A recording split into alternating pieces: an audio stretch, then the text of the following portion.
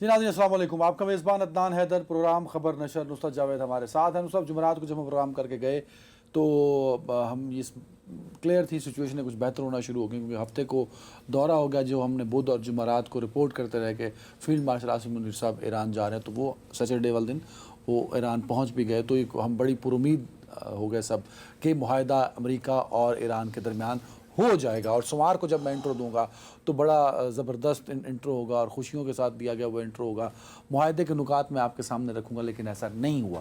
تو وجوہات کیا ہیں سر کہ معاہدہ نہیں ہو پا رہا؟